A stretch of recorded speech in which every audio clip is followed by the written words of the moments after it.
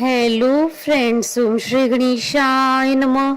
जय श्री कृष्ण। आप सभी का स्वागत है आपके अपने यूट्यूब चैनल पर। फ्रेंड्स, आज हम आपको इस वीडियो में बताने जा रहे हैं कार्तिक मास महात्म्य के पहले अध्याय की कथा के बारे में, जिसको सुनने मात्र से ही होंगी आपकी सभी मनोकामनाएं शीघ्र ही पूर्ण। फ्रेंड्स, वीडियो शुरू करने से पहले आपसे रिक्वेस्ट है, अगर आप हमारे चैनल पर नए हैं और आपने अभी तक चैनल को सब्सक्राइब नहीं किया है तो प्लीज सब्सक्राइब कीजिएगा चैनल को, साथ ही प्रेस कीजिएगा बेल आइकन को, जिससे नए वीडियो से रिलेटेड नोटिफिकेशन आपको तुरंत प्राप्त हो सके।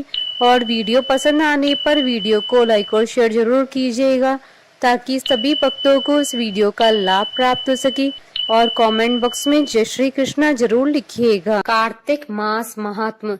सब प्रकार के विघ्नों का नाश करने वाले तथा सारी सृष्टि का पालन करने वाले श्री गणेश जी तथा ज्ञान की दाता श्री सरस्वती जी तथा सब पुराणों के कर्ता श्री व्यास जी तथा गुरुदेव के चरण कमलों में नमस्कार करके भगवान की श्रद्धा और भक्ति रस में डूबे हुए कार्तिक मास महात्म्य की कथा कहती हूँ। मैं सुमरू माता शारदा, बैठे जिह्वा आए, कार्तिक मास की कथा लिखे कमल हर्षाए। नेमी शरण तीर्थ में श्री सूत जी ने 88,000 शौनकादि ऋषियों से कहा, अब मैं आपको कार्तिक मास की कथा विस्तार पूर्वक सुनाता हूँ, जिसका श्रवण करने से मनुष्य के सभी पाप नष्ट हो जाते हैं और अंत समय में वैकुंठ धाम की प्राप्ति होती है। सूत जी ने कहा, श्री कृष्ण जी से अनुमति लेकर देव ऋषि नारद के चले जाने के पश्चात सत्यभामा प्रसन्न होकर भगवान कृष्ण से बोली, हे प्रभु, मैं धन्य हुई, मेरा जन्म सफल हुआ। मुझ जैसी त्रिलोकीय सुंदरी के जन्मदाता भी धन्य है, जो आपकी 16,000 स्त्रियों के बीच में आपकी परम प्यारी पत्नी बनी। मैंने आपके साथ नारद जी को वह कल्प वृक्ष आदि पुरुष विधि पूर्वक दान में दिया, परंतु वही कल्प वृक्ष मेरे घर लहराया करता है। यह बात मृत्युलोक में किसी स्त्री को ज्ञात नहीं है। हे त्रिलोकीनाथ, मैं आपसे कुछ पूछने की इच्छुक हूँ। आप मुझे कृपा कार्तिक महात्म्य की कथा विस्तार पूर्वक सुनाइए, जिसको सुनकर मेरा हित हो और जिसके करने से कल्प पर्यंत भी आप मुझसे विमुख न हो। सूत जी आगे बोले। सत्यभामा के ऐसे वचन सुनकर श्री कृष्ण ने हंसते हुए सत्यभामा का हाथ पकड़ा और अपने सेवकों को वहीं रुकने के लिए कहकर विलास युक्त अपनी पत्नी को कल्प वृक्ष के नीचे ले गए। फिर हंसकर बोले, हे प्रिय, 16,000 रानियों में से तुम मुझे प्राणों के समान प्यारी हो। तुम्हारे लिए मैंने इंद्र एवं देवताओं से विरोध किया था। हे कांते, जो बात तुमने मुझसे पूछी है उसे सुनो। एक दिन मैंने तुम्हारी इच्छा पूर्ति के लिए गरुड़ पर सवार होकर इंद्र लोक जाकर कल्प वृक्ष मांगा। इंद्र द्वारा मना किए जाने पर इंद्र एवं गरुड़ में घोर संग्राम हुआ और गोलोक में भी गरुड़ जी गौओं से युद्ध किया। गरुड़ जी की चोंच की चोट से उनके कान व पूंछ कटकर गिरने लगे, जिससे 3 वस्तुएं उत्पन्न हुई। कान से तंबाकू, पूंछ से गोभी और रक्त से मेहंदी बनी। इन तीनों का प्रयोग करने वाले को मोक्ष नहीं मिलता।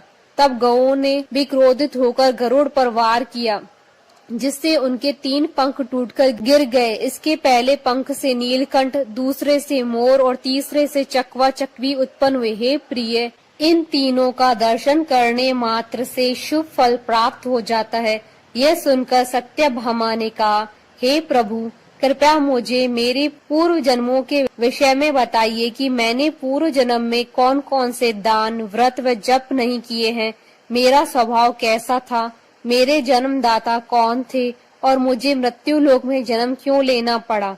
मैंने ऐसा कौन सा पुण्य कर्म किया था जिससे मैं आपकी अर्धांगिनी हुई। श्री कृष्ण ने कहा, हे प्रिय, अब मैं तुम्हारे द्वारा पूर्व जन्म में किए गए पुण्य कर्मों का विस्तार पूर्वक कहता हूँ, उसे सुनो। पूर्व समय में सतयुग के अंत में मायापुरी में अत्रि गोत्र में वेदांत का ज्ञाता देव शर्मा नामक एक ब्राह्मण निवास करता था। वह प्रतिदिन अतिथियों की सेवा, हवन और सूर्य भगवान का पूजन करता था। वह सूर्य के समान तेजस्वी था। वृद्धावस्था में उसे गुणवती नामक कन्या की प्राप्ति हुई। उस पुत्रहीन ब्राह्मण ने अपनी कन्या का विवाह अपने ही चंद्र नामक शिष्य के साथ कर दिया। वह चंद्र को अपने पुत्र के समान मानता था और चंद्र भी उसे अपने पिता की भांति सम्मान देता था। एक दिन वे दोनों कुश व संविदा लेने के लिए जंगल गए। जब वे हिमालय की तलहटी में भ्रमण कर रहे थे, तब उन्हें एक राक्षस आता हुआ दिखाई दिया। उस राक्षस को देखकर भय के कारण उनके अंग शिथिल हो गए और वे भागने में असमर्थ हो गए। तब उस काल के समान राक्षस ने उन दोनों को मार डाला।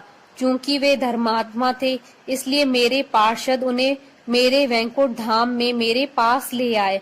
उन दोनों द्वारा आजीवन सूर्य भगवान की पूजा किए जाने के कारण मैं दोनों पर अति प्रसन्न हुआ। गणेश जी, शिव जी, सूर्य व देवी, इन सब की पूजा करने वाले मनुष्य को स्वर्ग की प्राप्ति होती है। मैं एक होता हुआ भी काल और कर्मों के भेद से 5 प्रकार का होता हूँ। जैसे एक देवदत्त, पिता, भ्राता आदि नामों से पुकारा जाता है। जब वे दोनों विमान पर आरूढ़ होकर सूर्य के समान तेजस्वी, रूपवान, चंदन की माला धारण किए हुए मेरे भवन में आए, तो वे दिव्य भोगों को भोगने लगे। कार्तिक महात्मा पहला अध्याय संपन्न। बोले भगवान विष्णु जी की जय, सनातन धर्म की जय। हमारे साथ इस वीडियो में अंत तक बने रहने के लिए आपका धन्यवाद। ओम श्री गणेशाय नमः। जय श्री कृष्णा।